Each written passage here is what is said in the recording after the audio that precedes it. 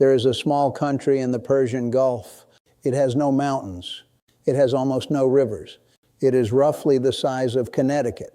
And for the past several years, it has been the only reason that Washington and Tehran were able to speak to each other at all. That country just walked away. And when I tell you that the consequences of that single decision ripple outward in ways that most analysts are only beginning to understand, I need you to stay with me for the next 15 minutes, because what is unfolding right now in the Middle East is not just another news cycle. It is a fundamental restructuring of the diplomatic architecture of the most volatile region on the planet, and the collapse of Qatar's mediator role is the clearest signal yet that something has broken that will not easily be repaired. Before we get into what Qatar's withdrawal actually means, let me give you the stakes of the moment we are living in, because context is everything here. On February 28, 2026, the United States and Israel launched coordinated strikes on Iran. Those strikes killed Iran's supreme leader, Ali Khamenei, and prompted Iran to retaliate with a combination of ballistic missiles and armed drones, extending strikes beyond Israel to targets across the Gulf. That is the war we are in the middle of right now. And sitting directly in the middle of that war, hosting the largest American military base in the entire Middle East, while simultaneously maintaining one of the most important diplomatic relationships with Tehran, was Qatar. Since the 2026 Iran war began, locations across Qatar have been subject to multiple retaliatory Iranian missile strikes. Qatar's airspace was closed. Its gas facilities were hit. Its stock market dropped. And yet, even as all of that was happening, Qatar kept the door open. It kept communicating. It kept trying to be the bridge between two sides that were actively bombing each other, and in one case, bombing Qatar itself. That is an almost incomprehensible diplomatic posture to maintain under that kind of pressure, which is exactly why what happened next matters so much. To understand why Qatar occupied this role in the first place, you have to understand what Qatar is and what it has built over the past 3 decades. Qatar enjoys a global reputation and track record as a neutral, reliable, and responsible mediator, and this reflects a deep-rooted constitutional commitment. Article 7 of Qatar's constitution specifically stipulates mediation as a key foreign policy priority. This was not an accident. Qatar made a deliberate strategic choice decades ago that a small, wealthy Gulf state with no conventional military power to speak of could punch far above its weight on the world stage by making itself indispensable to every side of every major conflict. Since the 1990s, the Gulf nation has built a global reputation for its role as a trusted intermediary, not just in the Middle East, but in faraway African nations like Sudan. The Taliban talks, the Darfur agreements, the Hamas hostage negotiations, the U.S.-Iran prisoner exchanges.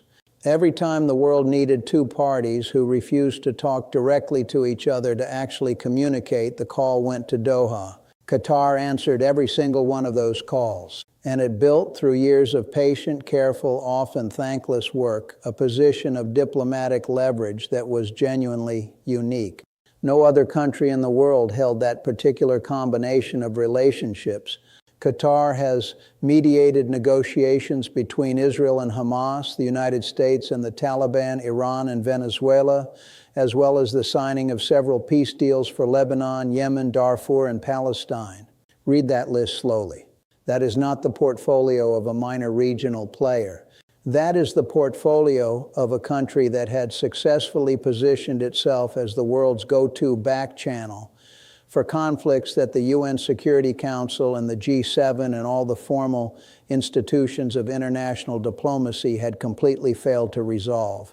Qatar was, in a very real sense, the informal diplomatic infrastructure of the modern world. And the reason it could do that, the reason it maintained access to everyone simultaneously, was that all parties trusted it to be genuinely neutral. The moment that trust breaks, the entire architecture collapses. Now, here is where the story gets complicated and where you need to pay close attention, because the events that eroded Qatar's ability to remain that neutral, trusted broker did not happen all at once. They accumulated. They built on each other, and each individual incident taken alone might have been survivable. Taken together, they created a situation that Qatar ultimately decided it could no longer operate within.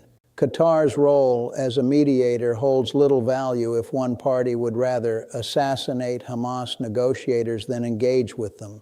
That sentence from the Carnegie Endowment for International Peace is worth sitting with for a moment, because it describes not a hypothetical but something that actually happened. Israel's attack on Doha appeared to target the Palestinian group Hamas's negotiating team, who were speculated at the time to be on the brink of closing a ceasefire deal for Gaza. Qatar had hosted those negotiators because the United States had asked it to. Qatari officials have repeatedly made that point publicly. They did not invite Hamas to Doha unilaterally.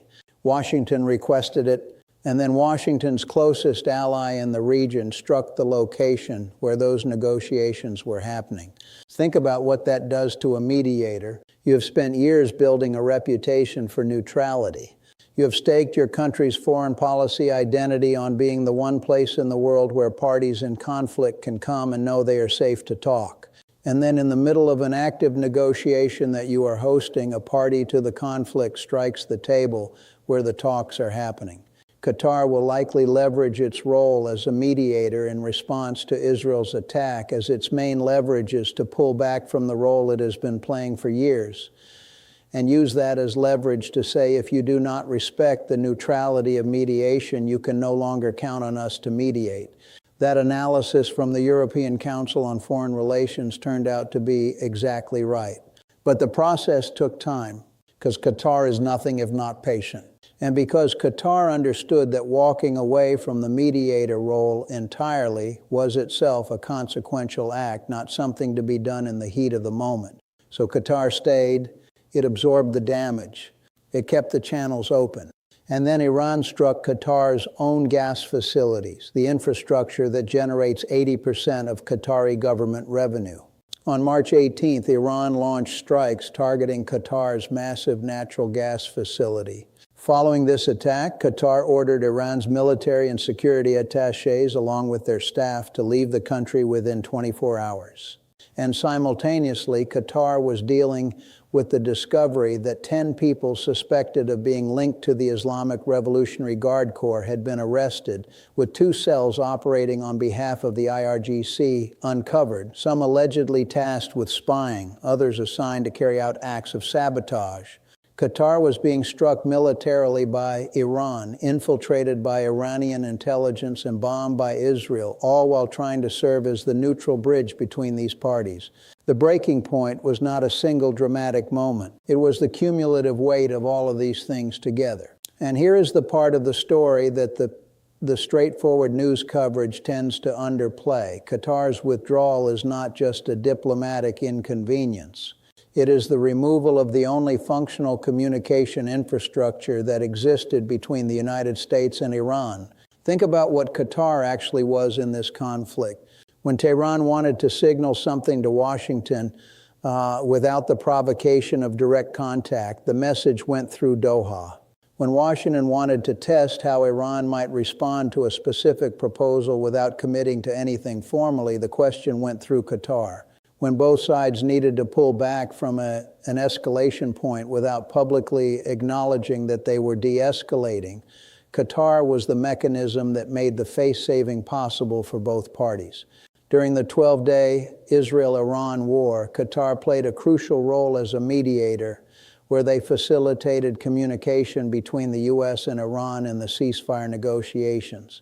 That ceasefire happened because Qatar existed in that role. Remove Qatar and you do not simply lose a negotiating venue. You lose the entire early warning system, the back-channel testing mechanism, the credibility buffer. You lose the infrastructure. What replaces that? Right now, the honest answer is nothing. The European Union does not have the relationships. The United Nations does not have the speed or the flexibility that this conflict demands. Oman has served as a secondary back channel in the past, but Oman is watching what happened to Qatar and drawing its own conclusions about the costs of playing that role. The Gulf monarchies collectively appear unable or unwilling to do more than keep a door open to Tehran in the event of future talks. That is the landscape of diplomatic possibility right now. A door that is barely ajar. No functional communication channel. No trusted neutral party with access to both sides. In a conflict where miscalculation is the thing most likely to produce a catastrophic escalation, the absence of any reliable communication pathway between the two principal adversaries is not a minor inconvenience. It is a genuinely dangerous vacuum, and Qatar's withdrawal does not exist in isolation. It is part of a broader pattern of regional actors stepping back from association with a conflict whose direction and legitimacy they increasingly do not believe in. The UAE has openly stated that U.S. bases in the country will not be used to attack Iran, even though the country has been targeted by Iranian drones. The other GCC members are also unwilling to support the American-Israeli campaign in Iran, despite high economic and military pressures. The Arab coalition that Washington entered this conflict with the nominal support of is not holding. It is fraying. And the fraying is not happening because of Iranian pressure. It is happening because the Gulf states are watching the same conflict Washington is prosecuting and reaching different conclusions about where it leads and whether it can achieve its stated objectives. The doctrine of strategic restraint supports GCC development ambitions as it reflects a broader strategic preference for stability, policy continuity, and calibrated state decision-making, entering a prolonged conflict whose strategic costs would likely outweigh its expected gains. Read between the lines of that policy language, and what you hear is a region full of governments that have done the math and decided that the war's projected outcome does not justify the costs of continued association with it. These are not governments that are philosophically opposed to American power or to military action in principle. These are governments that have been among Washington's closest partners for decades. When they look at this conflict and say, we would rather not be part of this, that is significant information about what the conflict looks like from the inside of the region. The economic dimension of Qatar's situation also deserves more attention than it typically receives because it illustrates just how much Qatar was willing to absorb in service of its mediator role. The Qatari QE index lost 5% of its value on March the 2nd, and the downward trend is unlikely to be reversed as long as the war continues.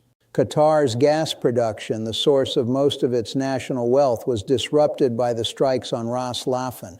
Qatar Energy announced that it had ceased all production of natural gas and its associated products, declaring force majeure on its contracts with buyers, with internal sources noting that restarting liquefaction would take weeks.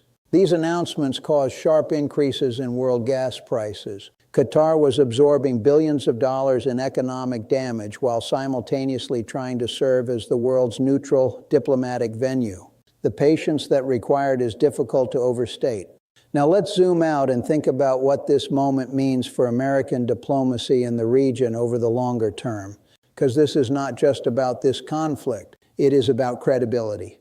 The ability of the United States to find mediators willing to facilitate its diplomatic objectives in future conflicts depends on the perception that participating in an American-led diplomatic process does not put your country at risk. Since October 7th, Israel has violated the sovereignty of Iran, Lebanon, the occupied territories, Syria, Yemen, and now Qatar. Every government in the region is watching that list and drawing its own conclusions. Every government that has ever considered playing a mediator role in an American-adjacent conflict is running the same calculation. If we facilitate a process, what happens to us if the process breaks down? Or if one party decides that bombing the table is preferable to negotiating at it? After what Qatar experienced, the honest answer to that question is uncomfortable. And uncomfortable answers produce risk aversion. Risk aversion produces fewer willing mediators. Fewer willing mediators produces fewer diplomatic off-ramps. Fewer diplomatic off-ramps produces more reliance on military escalation as the primary tool of conflict resolution. This is not an abstract theoretical concern. It is the logical progression of a pattern that is already visible in the data. Qatar's role as a mediator holds little value if one party would rather assassinate Hamas negotiators than engage with them with little pushback from the United States. That observation from Carnegie captures the core dysfunction at the heart of the current diplomatic situation. Mediation only works when at least one party to the conflict has a genuine interest in exploring a negotiated outcome. When neither party does, or when one party actively sabotages the process while the other watches without intervening, the mediator is not a peacemaker. The mediator is a stage prop, and Qatar is too serious and too experienced a diplomatic actor to continue serving in that role. The deeper point that Qatar's withdrawal forces us to confront is about the fundamental question of what this conflict is supposed to achieve and whether those objectives are actually achievable through the methods being applied. Qatar, in stepping back, made a quiet but unmistakable statement about that question. The Persian civilization has existed for thousands of years. The Iranian people, 90 million of them, are not going to disappear from the map. Whatever the outcome of any individual military campaign, they will still be there. Their neighbors will still be there. And eventually, on whatever timeline history operates on, the parties that share this geography will have to find a way to exist alongside each other. That is not an ideological statement. It is a geographic and demographic reality. And Qatar, in withdrawing from a process it no longer believes is oriented toward that reality, has made its assessment of where this conflict is headed about as plain as diplomatic language ever gets. Where does this leave us right now? The United States is prosecuting a war in the Middle East with a regional coalition that is quietly fragmenting, a collapsed primary communication channel with its principal adversary, an economic disruption in the Gulf that is sending shockwaves through global energy markets, and a diplomatic credibility deficit that will outlast this particular conflict by years. Qatar's withdrawal is not the end of that story. It is a chapter in a longer trajectory. And the next chapters will be written by the decisions that Washington, Jerusalem, and Tehran make in the coming weeks and months. Decisions that will now be made with significantly less diplomatic infrastructure than existed even a month ago. The question that everyone in the region is now asking, and that everyone watching the region should be asking, is whether the parties most directly responsible for the collapse of that diplomatic infrastructure understand what they have lost. Whether they have made the calculation consciously or otherwise that the off-ramps were never really the point, and whether the absence of a Qatar-shaped bridge between the two sides produces the pressure toward a negotiated outcome or simply produces more war. The answer to that question is not yet known. But Qatar, the country that knew more about the inner workings of this conflict than almost anyone, has looked at the available evidence and made its bet. It bet that staying was no longer worth the cost. That tells you something. And it is worth understanding exactly what it tells you, because in the months ahead, that signal is going to prove either prescient or irrelevant. And right now, the evidence suggests it is the former.